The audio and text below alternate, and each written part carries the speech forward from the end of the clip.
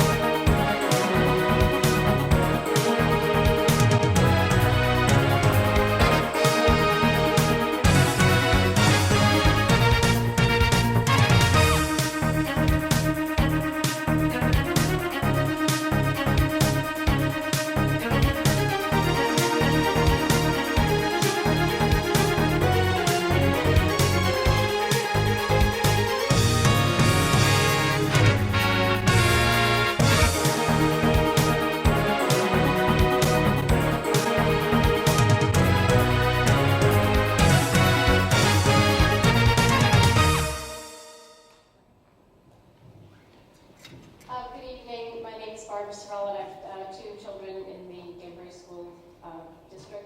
And my question is, what have we done to reach out to the community and the businesses in the area? I mean, we certainly have large businesses, Boehringer, GE, Praxair, for things, interesting things like maybe internships at the high school level or support, whether it's monetary or volunteers or et cetera. I know that the board has done a nice job at putting together a committee that's been out meeting with various business entities throughout the city and the greater Danbury area, really, since education is really a regional issue as much as it's a local issue. But I think when you talk about mentoring and partnering, that there's some interest there with various organizations. Nobody wants to write a check for operational costs. One of the reasons is that these businesses are just as stressed as the homeowners are.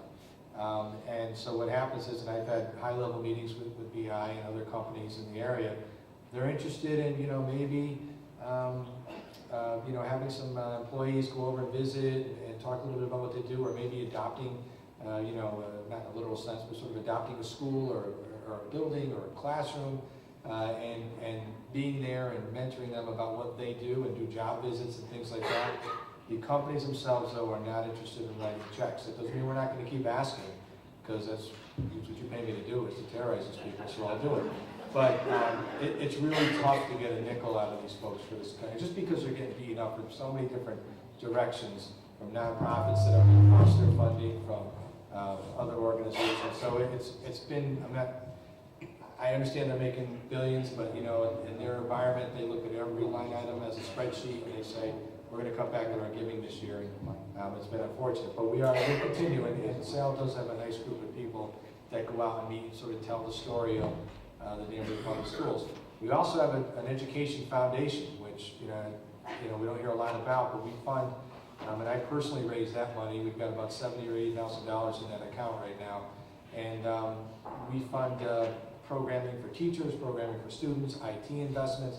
Mini grants up to about $5,000 or $6,000 for various programs, and every spring I come in and distribute 4 or 5 checks to the staff members who write their grant proposals. So we're trying to do everything we want. That hasn't taken off as big as I would have liked.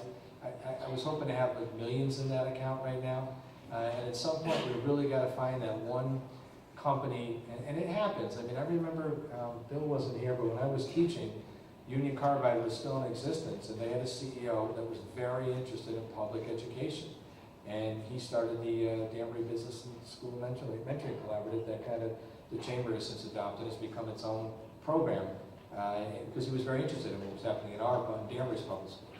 I do get frustrated by companies that do a lot of their giving, that do business here, but do a lot of their giving outside of Danbury. One particularly very large multinational corporation, who shall remain nameless, endowed a chair of $1 million to UConn. That's great. I mean, UConn, hey, I'm a Husky fan. They're playing right now. I'm missing the first half, but and that's good. But we got a great university right here in Danbury, and we got public schools that could really do a lot with $1 million. I know another multinational corporation that funds 5 scholarships for science in Ridgefield Public Schools. No disrespect to Ridgefield Public Schools, wonderful people. But when you look at the poverty levels compared to the two, I think 5 of our students would be much more needy than kids going to Ridgefield High. No disrespect to Ridgefield High, I know I'll get a lot of emails on this. So you look at that kind of giving and you say, look, we need to reprogram this a little bit. You're doing business in our community. We fund your infrastructure. Your employees are here all the time, and we'd like you to give back a little bit here. And we try and make that argument really all the time to these companies. But it's really rough sledding right now. And just one other thing for food for thought. I'm definitely not trying to be argumentative, but just so I want you to understand how we think when we do a lot of this decision making. One thing is, the city council and the mayor's office cannot tell the school board how to spend their money. We can ask, but we cannot tell them they can spend it any way they like. So we only appropriate a block of money that then these folks will divide up as they best see fit to deliver the educational instructions towards their stated goals. So I just want to be clear. So people come into me all the time and say, well, why can't you fund this nurse? I go, I can't do that. I can give them the money, but it doesn't mean the nurse is going to get funded. And then secondly is the issue of 50% free and reduced lunch. It is disturbing. I think that's a direct reflection of the economy. Every parent who qualifies for free and reduced lunch must fill out a documentation as to what their income is. But that also tells us that if 50% of the kids are free and reduced lunch and qualify with those low income levels, that means the parents aren't doing it very well, and that their ability to pay has become less, not more, in terms of what they can pay more in taxes. So if you're renting, you know your landlord's just going to pass that right along to you. So, we have to ask the question: Can these people afford another $100 a month in rent, or another $120 a month in rent? If you own a home, can you afford another $700 or $800 a year in taxes? Those are the hard, tough questions that we have to ask ourselves, and it's not any fun. It was great in 04. Look at these numbers on the sheet. I was throwing money at you. I couldn't spend it fast enough. 5 million, 6 million, 7 million, and the enrollments only went up maybe 100 students. Maybe one year went down about 50 students. So it wasn't tied to enrolling students. It was just the council and myself wanted to fund education. And then you look at the last 3 years, we've only got 8.8% increase. That's true, but when you add it in totality, you see these numbers. We've tried to put money there. When we've had it, we've given it to the Board of Ed because we think it's the best money that we can spend in terms of our children. Handmead does some work for us with business. If you want to. I'd like to echo what the mayor said about corporations and them being in dire straits right now as well. Through our Adopt a School program, we have been challenged with making those connections with the companies, but now the companies are beginning to call us to say, what can we do? I'm proud to announce that Sodexo has given money to each school, was given $1,000 to spend on whatever the principal needed for that. We have now some of the companies coming and saying, we want to give you more mentors, and we do have a school-wide mentoring program. We are working with 2 large companies right now to bring in another real program, which is the Scholastic reading program to the schools before and after school. So we are making those connections. But the one thing that we find with the Adopt a School and getting the businesses on board is relationship building. And that takes a lot of time. So I ask any of you that are out there that work in a company, HR, any of those departments, if you have somebody that's interested, a company, even a small business that's willing to do something for the schools, please have them contact me. We have a wish list that has been put together by all the schools, and we can make that fit. So we do have those programs in place. They just take a long time because it's relationship building. Hi. My name is Erwin Fox. I'm a parent of 4 students in the Danbury school system, and I basically have a question about process. Looking at the process document, the timeline for the budget ends with the City Council adoption of the budget. Based on what I've heard this evening, it doesn't sound likely that the taxpayers can afford what's been presented so far, and all the work is continuing to kind of bridge the gaps. There's likely to be some type of gap at the end of the day. So my question is, the timeline ends with the City Council adoption of the budget, but the document doesn't go beyond that step in terms of what the board has to do following that step in the process. So for information, what will the board be doing after that step in the process? Thank you. Thank you, Mr. Fox. Mr. Fox served as our chairman of the board, and thank you for bringing it up because that's been an issue that we've worked out the last few years. What will happen is this: as we develop our budget now and give it to the city then will go through it. We'll have some conversation with the city. There'll be there's some special committees going on, as you said, then it'll be adopted in May. After the adoption, then the board's going to have to sit down. They'll be asking us for recommendations. So at the board meetings that we have coming up in May, and possibly workshops, that's where they'll be discussed. But that's too late. The last 3 years, as Mark said, ever since the budgets have been going in a way that's been much more frugal, we have listed a number of things that we would need to do. And we maintain that list, but we did the last board meeting, particularly new board members, to go through after last year, after we were allocated our money from the city, what happened. We had a number of cuts that we had to go through. We kept that information from the year before, so we've compiled this list of possibilities. The board is going to give us we have goals of what we want to achieve, and then prioritize what's on that list. For example, on that list 2 years ago, we had our language program, our industrial tech program, and other things that we considered 2 years ago and didn't do, but did last year. We reduced electives at the secondary school. Didn't do it 2 years ago, did it last year. Walk into our study halls, it's really kind of alarming to me to walk into the study hall with 400 or 500 kids, 600 kids. And the reason why they're in there is one reason. There aren't enough electives. We knew that going in there. We tried to avoid doing that, but we couldn't help it, so we're doing that. Those things, were done in advance. And I tell parents what happened. The board had asked me to go out and see, well, what about if we would go out and have a company come in and redo, take care of our grounds? Well, about 5, 6 years ago, that was looked at. It was determined it wasn't the best thing to do, wasn't the cheapest, only because we're down so many. So that's been something that is on the list, but not really serious. But what's serious on that list, anything that's before 8 o'clock and after 3 o'clock. That would be all of our co-curricular activities. We've stayed away from that. We're at a tipping point for 3 years. But depending on the size of the reduction, if we we need to keep a teacher in the classroom, a principal in the hallways and in their offices, and nurses there. There's a list there that says, okay, if you have to make a cut, this is what's going to happen. So we've maintained that list. We'll be sharing with the board. The board met the other day and gave us some priorities to look at. So we'll be talking with them. And I would hope at the board meetings the next month and a half, 2 months, we'll be talking about those things so parents aren't surprised when, in fact, in May, when we get our allocation, that we have to do some reductions. So that's what I have. Anything else you want to add to that? Is that about Gladys, anything to that point? Oh, okay. She said I did it well. I just want to Thank you, Mr. Fox.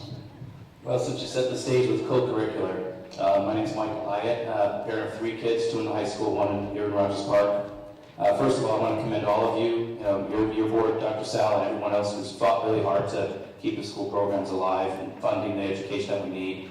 I've attended a lot of board meetings, and it is really a struggle, and I see, organizations outside the school system, managing finances and struggling with that. So to lighten things up a little bit, co-curricular.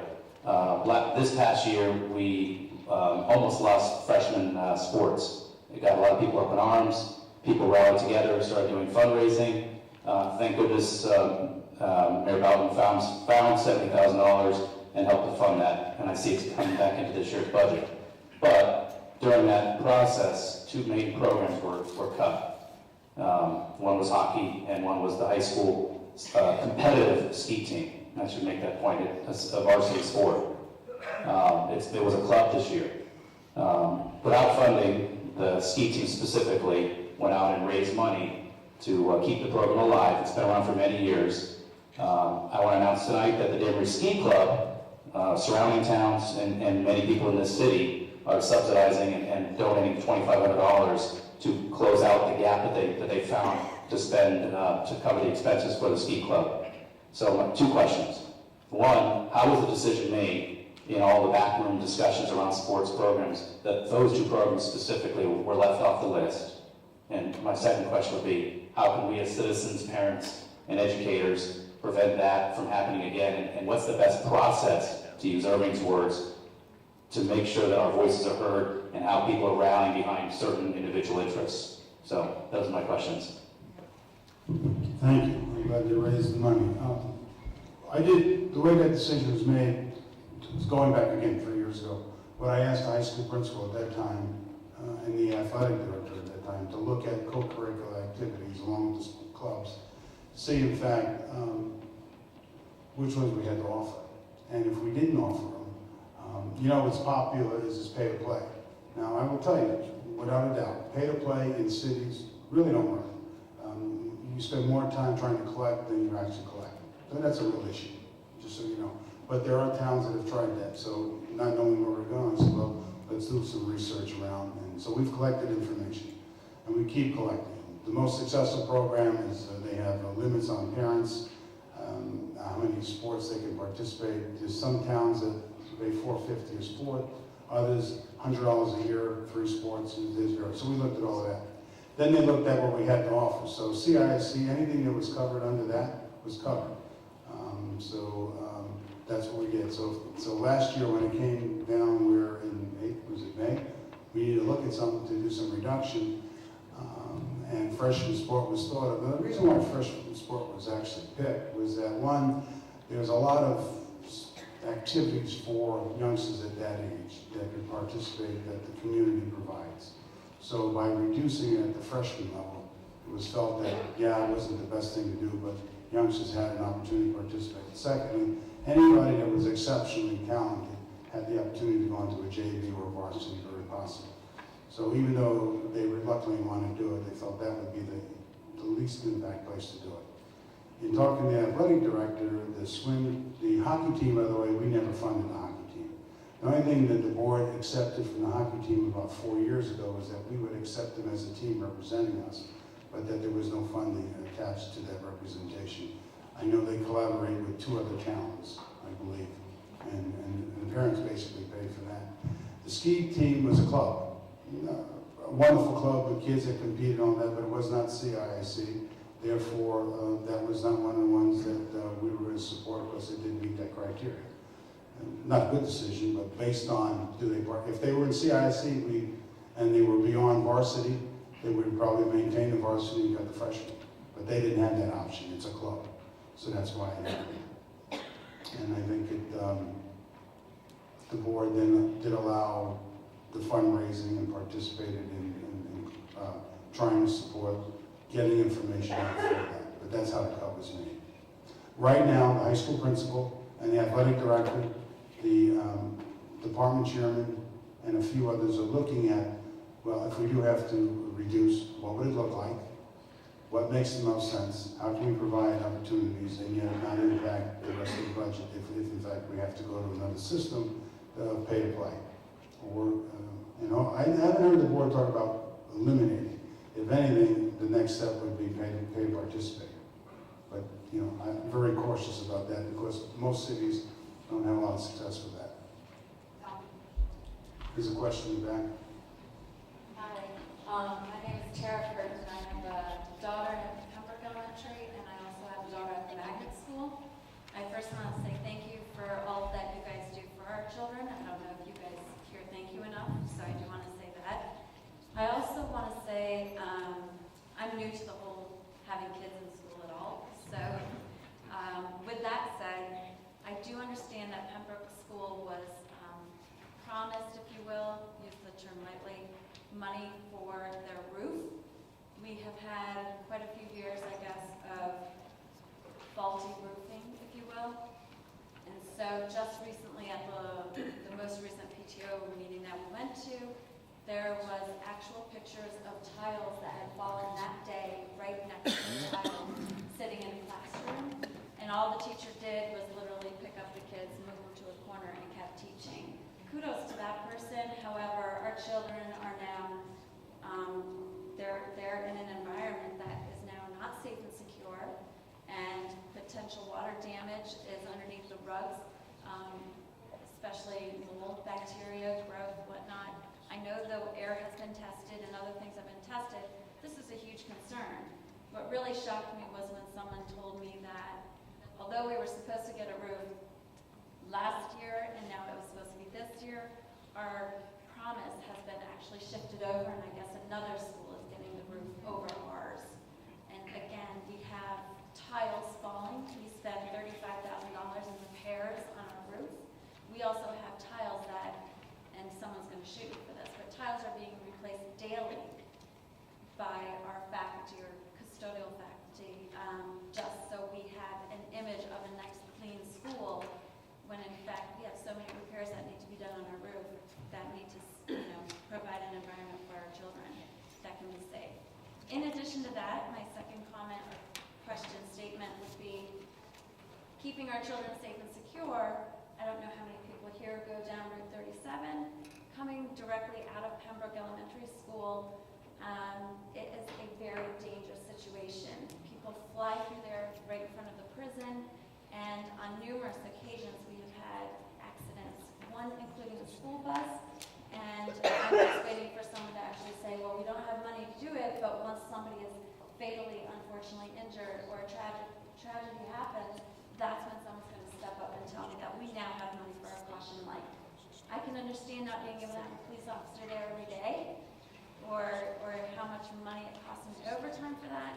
But this is, again, a safe and secure environment for our children, and I don't feel like the city is providing us that. First question was related to the roof. First of all, let me just say, we never promised the roof to Pembroke last year. The roof issues were exacerbated last year with the amount of snow we had. Remember, I had to send a lot of our firefighters and our volunteer firefighters out to shovel a lot of the roofs off because we were concerned about any kind of potential collapse. So, starting right about this time last year, it became very apparent that we got some issues with Pembroke's roof.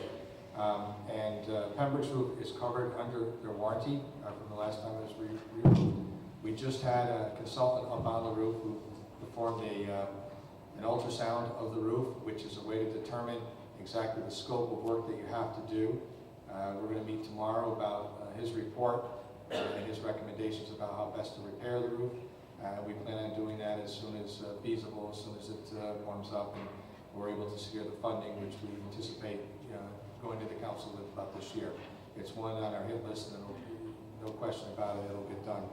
We may not have to replace the entire roof because of the warranty. That's one of the things that the ultrasound shows, and I'm going to be briefed on in the morning. So we very much are concerned about it, recognize it's a problem. It's my alma mater, so you're going to get a roof. Don't worry about that. As far as you graduated from every school. That and DHS gets temporary around here. The other issue you mentioned was the traffic light. Unfortunately, 37 is a state road. It's not a city road.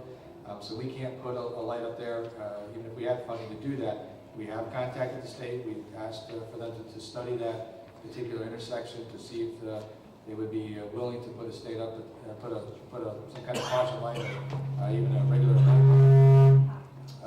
And we're waiting to hear back on the response to that. So we certainly, have heard some concerns from parents that have called my office, and our response to that was to reach out to the state of Connecticut and see what thoughts they might have about how to slow traffic down around the school. So we're on it, but ultimately it's their responsibility.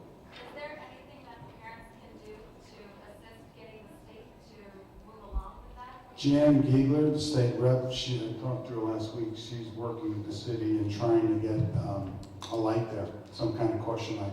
I know she was instrumental in getting that light up at Breda High School. Yeah. But it took her 3 years to do that. And just to be fair, I mean, lights, believe it or not, are insanely expensive when you think about it. But a light like that will cost you $75,000. But it makes you want to pull your hair out. But my response to the state was, well, look, we don't want to be having this conversation, as you mentioned, after somebody gets hurt. So that's an awful cheap cost to make sure that the kids are safe and secure there. And that road traffic has picked up dramatically since when the school was sited there. I remember when that was built. And 37 was a sleepy road, and it's definitely picked up a lot of people coming from New Fairfield to down the highway. It's very busy. So we're arguing our point.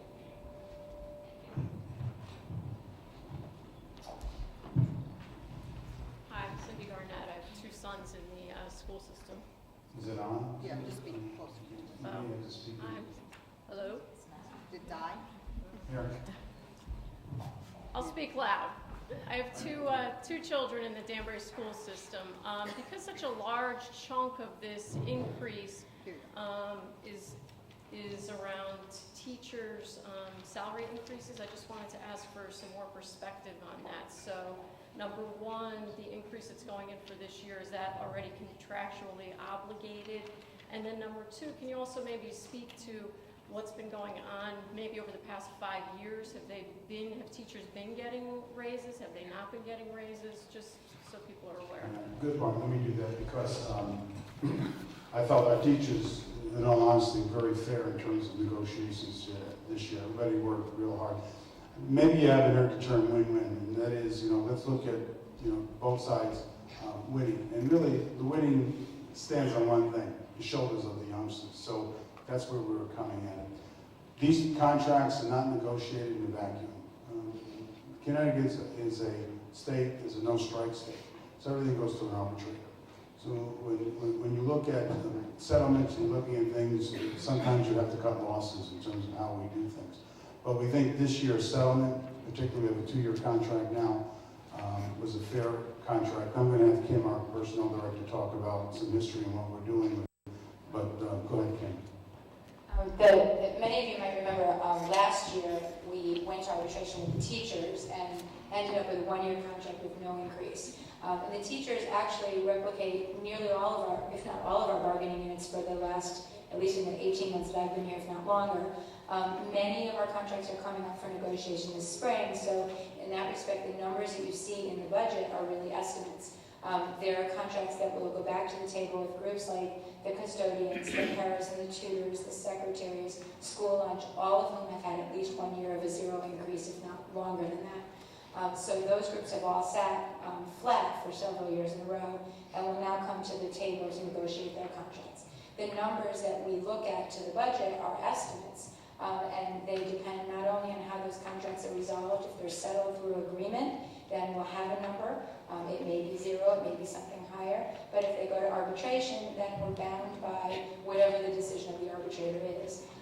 This year's contract with teachers was one that was, after long negotiations with them, many sessions, resulted in essentially a half-step increase in the first year and a half-step increase in the second year.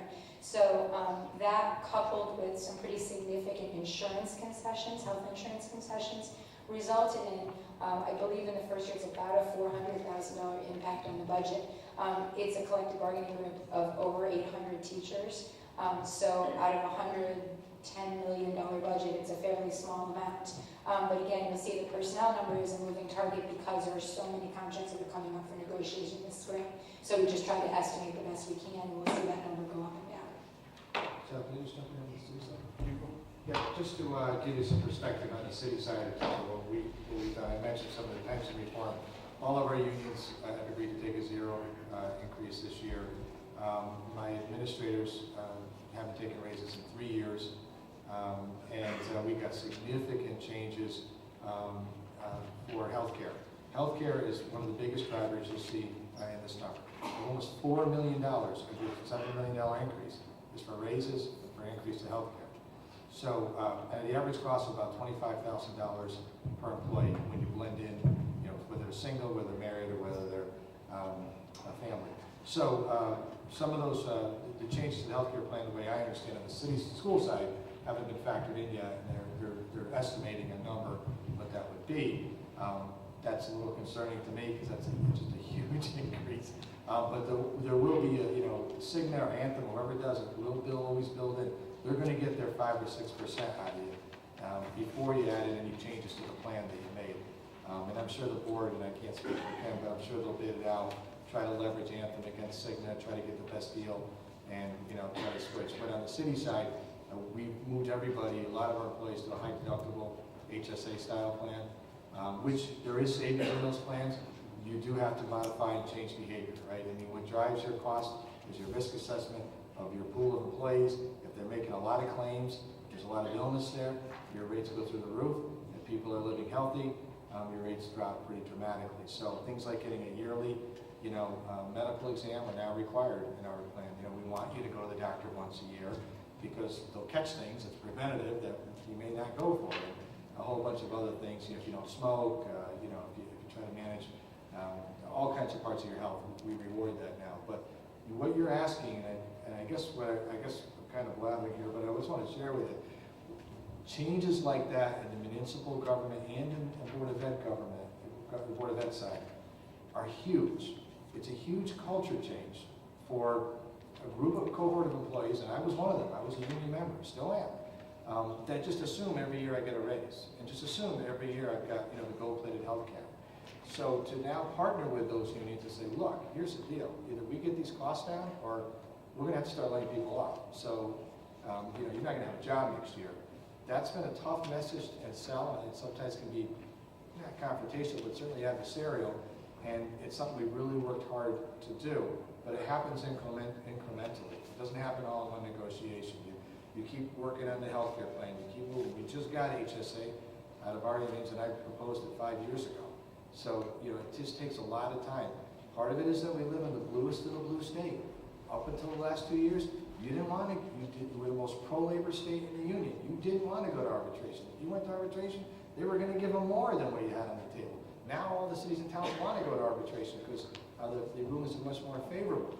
All the rules are weighted against us. You know, people say, well, why don't you just not give them the raise? And then that's fine.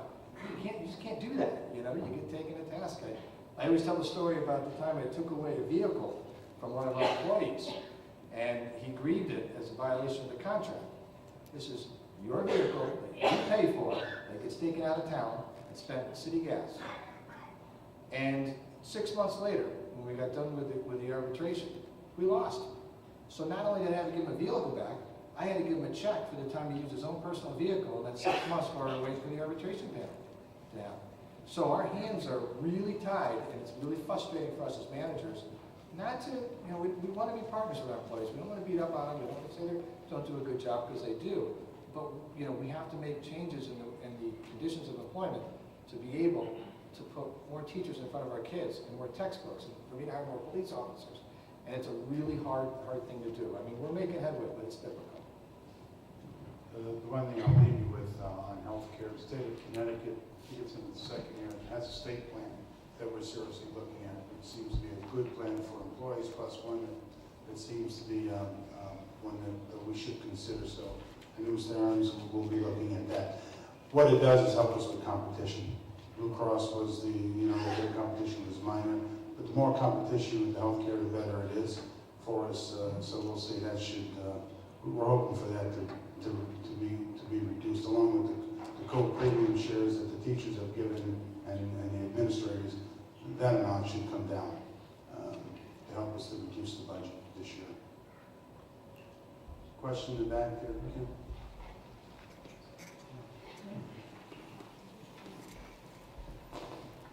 Hi, my name is Wendy Wright, and I have a kindergartner and a preschooler who will be going to kindergarten in 2 years.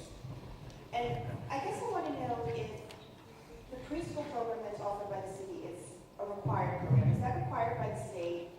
And if not, first of all, I think somebody said we're spending $700,000 on that program. Honestly, I pay for my kids to go to preschool. I pay $5,000 to $6,000 a year for them to go twice a week.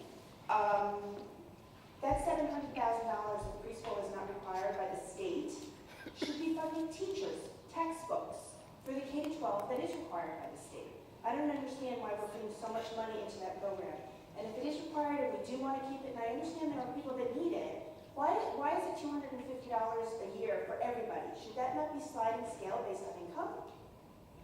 I mean, that would bring more money into that program if we decide to keep it. It just, just like the Save Our Sports. Sports is not part of education. It's not a requirement to go out into the real world. Why are we putting so much money? Pay as you go. If you can't afford to pay, you don't play. We need textbooks. We need teachers. We need classrooms. My kindergartner can't do artwork because freshmen needed their sports this year for $70,000. Art rooms, music rooms, to me that's much more important. We should be funding the core of education, not the extracurriculars. Let me just start with the end in mind. My conversation around that is that the art is exceptionally important for the kindergarten.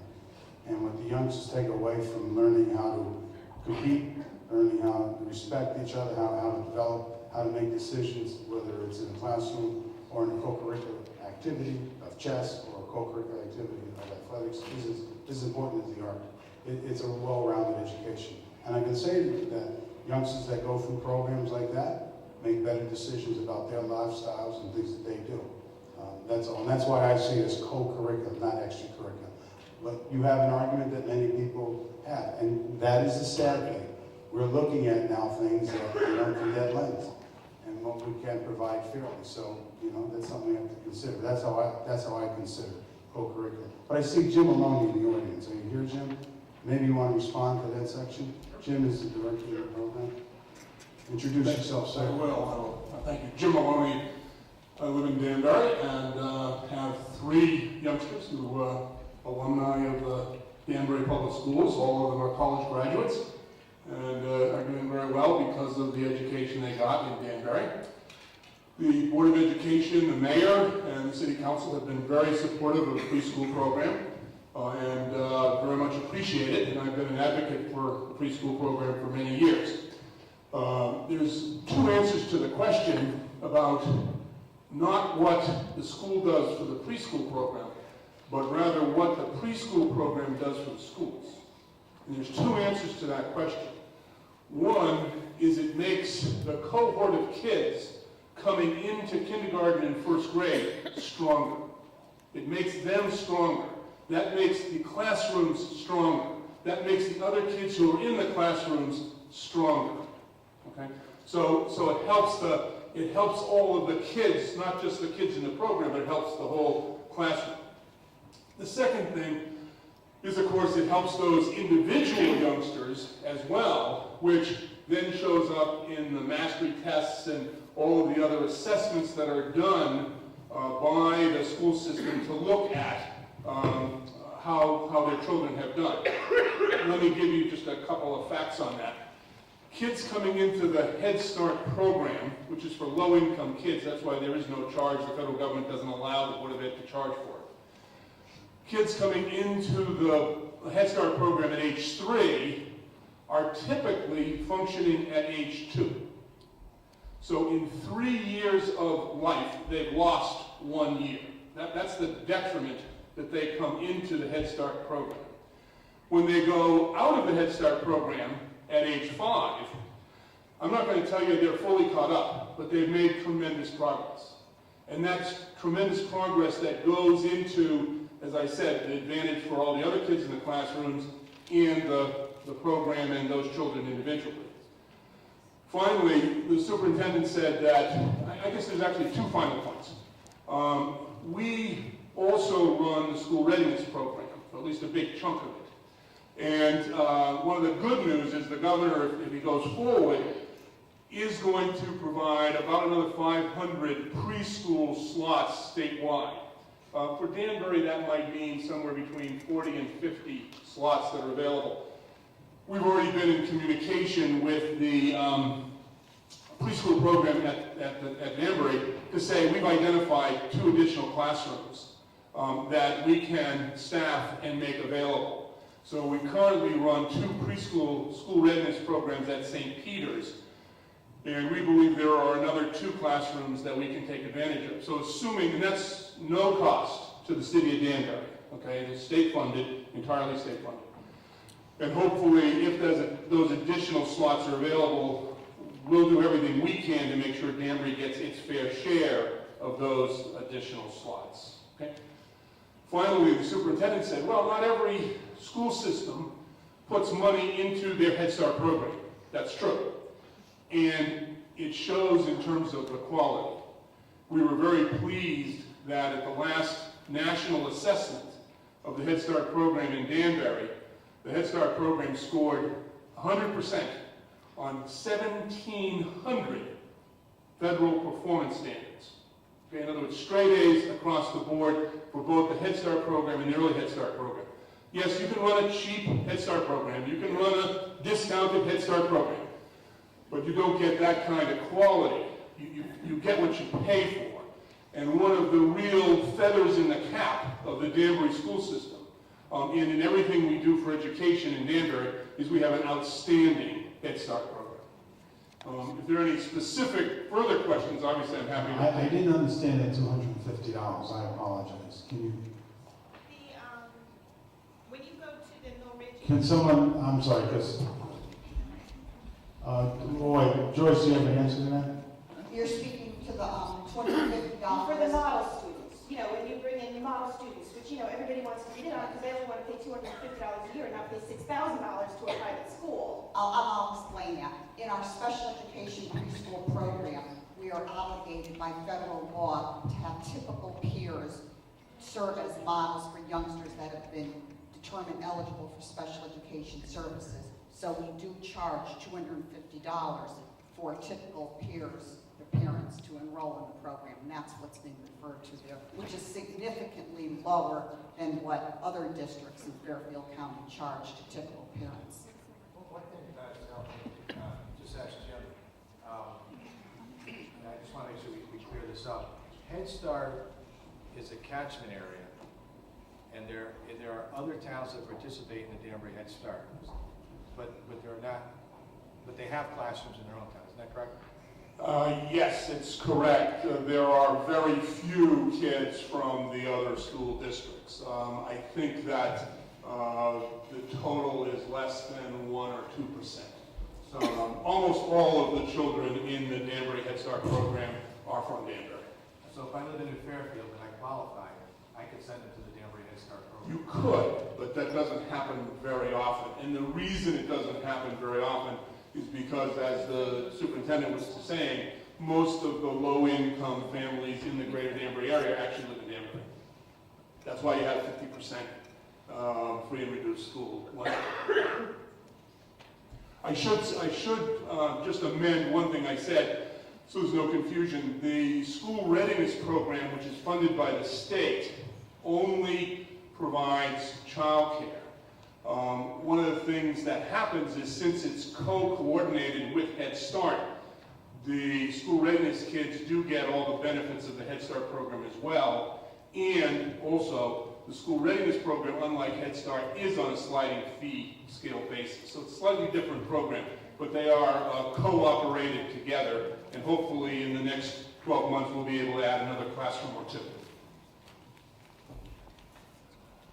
There's a question up front here. And then,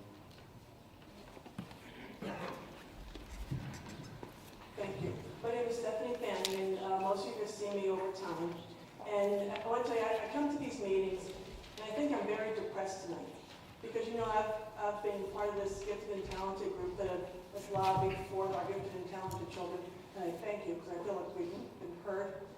I see a line item for the gifted and talented, so I thank you for that. But I listen to these other issues that are going on, listen to the mayor, how he doesn't have a lot of money. I know how I struggle to pay the budget, and as a taxpayer, the taxes were just due on February 1st, and we scrambled to pay those taxes, so I hear you. But the problem with our children is they don't stop growing. They're in kindergarten 1 year, before you know it, they're in high school. And if all of us cannot get this job done, our legacy to our children is not a quality education that Dr. Sal was talking about. Maybe a poor education, or maybe one that doesn't have freshman sports or whatever. So I applaud you, and I encourage you. If you want us to storm the Bastille in Hartford to get you more money, you let us know. Well, I'll organize something for you, and we'll all go up to see the governor. Because we do need our fair share of money. As the 7th largest town, you shouldn't be penalized for doing something well. You should be rewarded. And like I said, if you want us to storm the Bastille, I have experience with that. I stormed the Board of Education. We got a line item for gifted and talented, so thank you. I guess you have a gift. One thing I wanted to say about that, Stephanie, look, kids, kids will always, we want kids to excel and do the best. But I mean, the glass is much more half full than it is half empty. I understand what your concern is, and I just want to say, look, I'm not saying I don't have any money. It's not about me. If I had the money, I would give it to you. It's about you. If you all have the money, and all of the residents in Danbury have the money, then they'll pay the bill, because you're going to pay the bill. And I just want to be clear that whatever we decide is coming directly out of the pockets of the taxpayers. So we've got to be careful about how we do that. That's all I'm saying. I want to pick up on what Stephanie said also. It's been encouraging tonight to listen to the nature of the questions because they've really stayed away from teaching and learning in terms of the core work that we do. I'd like to call your attention, if you would take your handouts to the last page with a line graph, where it talks about Danbury being efficient in dollars. There's a story here that's not being told, and I think it's critically important to get out. Let me just quickly go over the chart and explain what it really means. If you look at the green line, that's the amount of money that, on average, the state of Connecticut spends on kids for their education. If you look at the orangish red line, you'll see a term, DRG. That's probably confusing. That stands for District Reference Group. What the state realized a number of years ago is that school systems like Wilton and Weston and Avon and New Canaan, so on and so forth, are very different than school systems like Bridgeport, Hartford, New Haven, Waterbury. So they took us and they put us in district reference groups, A, B, C, D, E, F, G, H, Danbury, and I, the large urban cities. So we're in DRGH, and then if you look at the purple line, the blue-purple line where it says Danbury, you'll see that we're not spending as much as on average as our DERG or at the state level. However, here's the good news with this. When you look at our test scores, we outperform our district reference group. We're at the top of the chart of our district reference group because of the smart work and the hard work that our teachers and administrators are doing every day. And not only do we outperform our group, we are in the middle of the next group higher and at the bottom of the next group higher than that. So our performance level is dramatically higher than it should be in terms of per pupil spending. The other piece to bring out is that at the 3rd through 8th grade level, it kind of ties into what Jim Maloney was saying. The kids in Head Start, the kids in pre-K are really our kids. It's just 1 year away. And as Stephanie said, it happens like this. So in September, those kids are our incoming kindergarten youngsters, and in a few years, they take the Connecticut Mastery Test. 3rd grade, 4th grade, 5th grade, 6th grade, 7th grade, and 8th grade. We shared with our board not too long ago, from the beginning of the current generation of the Connecticut Mastery Test to our test scores in the most recent administration, there were 60 areas tested. Danbury grew in all 60 areas, which is an unheard of accomplishment. It was actually a wonderful stat for this community to be able to put forward. So what we've done is we've kind of hunkered down. I do want to reiterate, I think we have a wonderful working relationship with the city council, the mayor's office, our board. We're really being very collaborative. When you hear about the number of people losing their homes, when you see what's happening to all of us in the room tonight and how difficult it's been at home, we've all had to tighten our belts. Everybody gets that. What's not being told, though, is that in spite of that, our kids are still flourishing. We've been cutting around the edges and cutting around the edges and cutting around the edges till we've been coming in on concentric circles. That's what we're really trying to mitigate against. We don't want to cut anymore. But please know that those center circles of the bullseye, in a sense, really are being attended to and attended to very well. And you don't have to take our word for it. You simply have to look at the data sets, 60 out of 60 areas, and we grew in every one of those 60. If I could just pipe in there for a quick second. One of the things that, when you look at that chart, when you compare us to the other communities in our educational reference group, now it's Durham, used to be Urban, they're receiving to a town dramatically more money from the state than we are. I mean, and the fact is, if you look at the cutoff here, starting at about 07, our state dollars have not gone up. Now, the city investments continue, but the state has lagged behind, in fact, to the point where they're well behind the rate of inflation. So it just emphasizes how good a job that they're doing with not the same resources. That, like I mentioned at the start of this, in New Britain or another community that gets, in some cases, 2 or 3 times the amount of state aid that we get. Okay, I'm sorry, I'm going to step in. I was trying to be polite. Ian Rosleski, I'm a parent of 2, and for just some background, I am also an educator of 20-something years, and I think everyone in this room would agree that early intervention, whether it's a preschool program or full-day kindergarten, and research suggests this, that early intervention is needed and is expected, and it helps with scores, and some of us are very passionate about this. I don't think there was, I think we need to clarify something though, and that's, I'm thinking someone had this question, so I just want to make sure we clarify. The Head Start program, which somebody had mentioned was $700,000 funded by Danbury, is that required funding? I think that was the question, or that was the point, and I just want to know if you can clarify that. Is that required by law? No.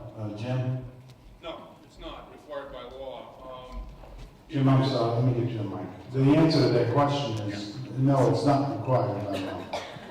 Except no, I'll let you go with that. It is not required by law. It is part of the package. The federal government gives the program money as well. The state makes a contribution to the program as well. And it is part of the package that allows us to put together the kind of quality program we have. I also, while I'm back here, I want to clarify something, a question the mayor asked. Not all of the Head Start children are in the schools. The program also has about 52 other children that are not in the schools. And that number is much larger than the number of kids from any surrounding towns that participate in the Head Start program. So we have 52 children, and we don't place kids in a school because they're from the neighborhood or from the town. Kids are placed where they're placed because of the parents' requests and try to accommodate the family's needs. So a kid from Danbury may very well be in a St. Peter's classroom, treated the same as a child anywhere else. But there are more children in the Head Start program in non-City of Danbury classrooms than there are in the program from other towns in Danbury. Jim, just so we're all sitting here now talking about a fireside, if we didn't appropriate that amount of money for you, now I know we have grants. What are grants? Quickly. Board of Ed appropriates $585,000 in their budget, and we get an additional $955,000 from other sources. Right, which goes to the program, right? So, just so for all of us, because we're all learning here today, make us smarter on what if the funding that we allocate out of the city budget isn't funded to you, but would you qualify for the other money? How does it impact the program? I think the other money is money that the program is providing to the school system. The program pays the school system about $800 and some odd $1,000 a year. That's money that goes into the school system. Now, we have our faculty. Right. That we pay for. Right. And so you make the pot of money, this money that the program pays to the Board of Ed, the money that the Board of Ed pays into the program, not to the Head Start program, but internally within your own bookkeeping. Okay, as Mark said, you turn around and hire faculty and support staff in the classrooms. Without the Board of Ed's contribution of that $700,000, the program would not have sufficient staff to do the job the way it should be done. So, so for Danbury, I know the mayor was asking me, and we were talking about it, the way it runs in Danbury, there are faculty on that really the district hires that work in the program. That money there goes to pay for their salary. That's correct. Correct? That's right. Then the other money that is appropriated to your program itself runs the other parts of it. Does two things. Runs the other part of the program and sends $800 and some odd $1,000 to the Board of Ed, which is that money that was just referred to coming into the Board of Ed. To the federal grant. That's right. And the state grant. I don't know if you have any questions. What does it net out? What does it net out? The money coming in, the money coming out. No. It nets out to the city of Danbury. Board of Ed puts in about $700,000 into the Head Start program on an annual basis. Yes, it does. And it uses that money to hire Board of Ed staff, which are at the Head Start classrooms in Board of Education classrooms. So does the Board of Ed staff participate, for example, in the employee insurance program? Yes, they do. So So couldn't you, this is a question, maybe you can't, wouldn't it be easier to hire your own staff and negotiate their own rates as far as insurance goes versus our plan, which is a Cadillac? Yes, and we do that. We do that with the balance of the staff, and because this situation has existed for many years, 30 years, you've got people who are beginning to retire from the Board of Ed staff, and we have proposed to the superintendent that in fact that's one way of cutting additional expenses by gradually moving that staff over to the non-Board of Ed side of the program, and we're prepared to do that. We're openly in the middle of talking about doing exactly that. You can't do the whole thing all in 1 year. We talked about that. Okay. This is a great example of the kind of deliberations that the Board of Ed has with the cabinet level staff. One piece I want to put a face on this for us for just a moment. Some of you know this research. Children who live in poverty, kids who would be serviced by the type of program that Head Start or Readiness program would service, come to school with a 3,000 word vocabulary. Kids who have average income experiences come to school with a 5,000 to 7,000 word vocabulary. And kids who come from affluent homes come to school with 9,000 plus word vocabulary. So the first day of that child's kindergarten experience, their 13 years of academic experience, that achievement gap that we've been talking about is full-blown day one. From 3,000 words up to maybe 13,000 words, or 3,000 words up to 9,000 words.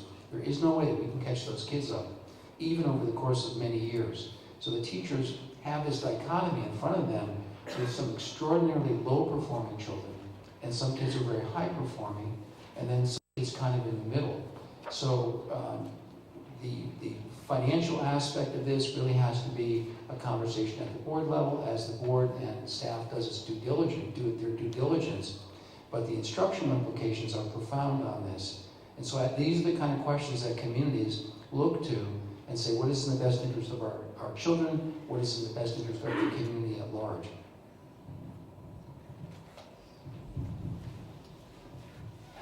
Any other questions? We're going to stay here until you're all done, so I'm not trying to rush anybody out. The game was last night, the good game anyway. Did the Giants win? Did I mention he was interim to be fired? Okay, Gladys, would you like to wrap this up? I'm sorry, I do. Oh, I'm sorry. It's okay. I can't see. It's hard for us to see on My name is Sally Wilson. I'm a parent at King Street. And two questions, actually. Dr. Glass, one thing when you mentioned the DERG, and I guess Group H, who exactly is in fact in that group? Okay, Stanford, Norwalk, Norwich. Ansonia, Derby, East Hartford, Meriden, and West Haven. Thank you for that. And I wrote my second question because it was a little long-winded, sorry. I read an article in the paper, I'd say probably a few weeks ago, where it did in fact mention something that's already been discussed this evening about Millridge Intermediate being converted potentially into a middle school in the future. I know this isn't for next year, nor is it reflective on your budget for next year. But along with that, the article did mention that 4 elementary schools would also be affected, but it didn't in fact mention which elementary schools. And I guess my question is, what timeline are you looking at where we will in fact see this reflective on the budget, in which year? And also, has there been any discussion as to which schools will be affected by these increases in I guess, school sizes, where it mentioned in the article potentially 100 to 150 more students per school of these 4 schools? Just to give you we're working on numbers for when eventually it will happen. That's one of the conversations the board has asked. Even if we receive the building, what's the impact financially? Because the impact, that's yearly on the budget. So so that part of it is coming, but that's 2 years away. I'll let the mayor talk about the other part because we had a meeting here this evening where they actually laid out a little timeline. Go ahead, Mark. Yeah, everything is with a caveat because there's a lot of work that has to go into an expansion of the school building. You have to have geotechnical studies, architects got to look at it, engineers, so I just want you to understand that it could change, and you should really stay in touch with the board, as well as with, in the paper to make sure you have the latest and the greatest, if you will. But right now, we're looking at creating really 3 clusters of schools to be able to allow us the greatest amount of flexibility and allow us to be able to manage where we have projections that will show a growing enrollment. If the enrollment never comes, no problem. If it does come the way we think it's going to come, then we'll be able to handle that, plus go back to having a common template for every elementary school. The common template for elementary school is to have a separate art room, a separate music room, a resource room, and whatever else is required under federal law in terms of special ed. We program that into each elementary school before we determine how many classrooms we're going to need. So if you're currently using music room as a classroom, it'll be restored back to being, a music room. So the areas we're looking at right now, what we think are the best candidates, if you will, for expansion are Park Avenue, Shelter Rock, and Great Plain. Some of those will be bigger expansions than other expansions. Because, for example, Great Plain, we don't have a lot of land there, so we're not really necessarily going to be able to add a lot of rooms there, but we'll add enough to be able to handle some of the numbers of them. And then what will happen is you'll create partner schools with, for example, Park Avenue will be partnered up with Mill Ridge Primary and Morris Street, right? So that'll be one cluster of 3 schools, and then, as students move into the district, we'll be able to program them into one school and they'll be able to stay there. We also have a very significant mobility rate. It's around 40%, so kids don't finish where they start. That's a problem for us, because if you look at like South Street, which is 85% full right now, and you look at Morris Street, you go, holy smokes, where do all these kids come from, and where do the kids from South Street go? A lot of them moved out of that area, got rented apartments on that side of the city, and that kind of thing. So we have to be really flexible with how we do this. So those are the 3 areas. Once that's been done, we'll then migrate over to Mill Ridge. The reason we want to do that is we want to create flex space at Mill Ridge Intermediate while we're working on those 3 clusters of buildings to be able to expand their footprint. And we'll need that flex space in case greater enrollment shows up while we're working on these buildings. We'll have enough classrooms there to be able to handle those kids while we're waiting for the construction to be finished. And once that's done, then we'll be able to work on Mill Ridge Intermediate and do the conversion, which may involve some renovations as well as modifications to make sure it can handle intermediate students. So that's sort of the plan. Now, the timeline, we're going to go to you guys, the voters, in November. We don't have any numbers yet because that all is determined by the architects and the engineers. I have a number in my head. I think it's going to be somewhere between $15 and $20 million, but I won't know until we actually program everything out and make sure that we've got all of our bases covered. I want a really tight scoped project so I can say to the taxpayers, this is it, this is what it's going to cost you, this is the investment we're going to make, now let's go do it. That vote will happen in November. It's a presidential election. 85% of the voters are out voting. We think it has the best chance of passing then versus having a special referendum in the summer, and you don't really save any time because we're not going to get any construction work done this summer anyways. After that's done, we'll continue engineering and scoping out the projects, break ground in the spring of 2013, work throughout the summer, and be ready probably for the fall of 2014 for the elementary side, and then pull into the Mill Ridge work once we've set up all of our elementary schools. A lot of this is dependent on where we see the students coming, and based on 3 different consultants and a couple of different demographers, we feel that the peak of this bulge of students, if you will be around 2015, 2016, 2017. So we think we're going to have enough time to be able to get that accomplished. Now the last thing is once all that's done, then we got to start in the high school, because all those kids grow up and they finish middle school and they're going to go over to high school. So we've got to have a conversation about the years 16, 17, and 18 and about work we need to do in terms of the high school. But that's the plan, and we'll have more data, more information for you as we get closer to June. We're going to file our EDO form by June 30th, which puts us in line for state financing. The state will pick up about 40–45% of the cost of the project.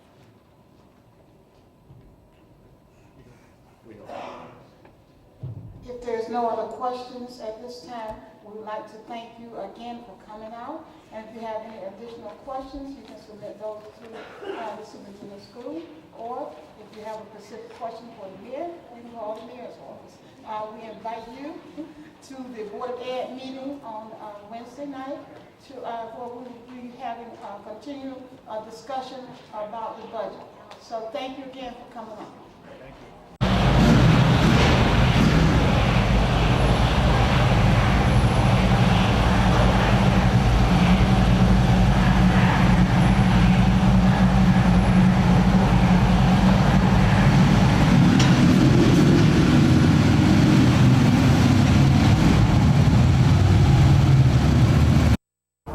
Hello, I'm Officer Lance Brevard with the Danbury Police Department.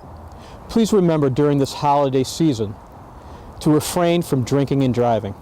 Remember that your friends, families, and loved ones are out on the roadways, and we want you to have an enjoyable and safe holiday season.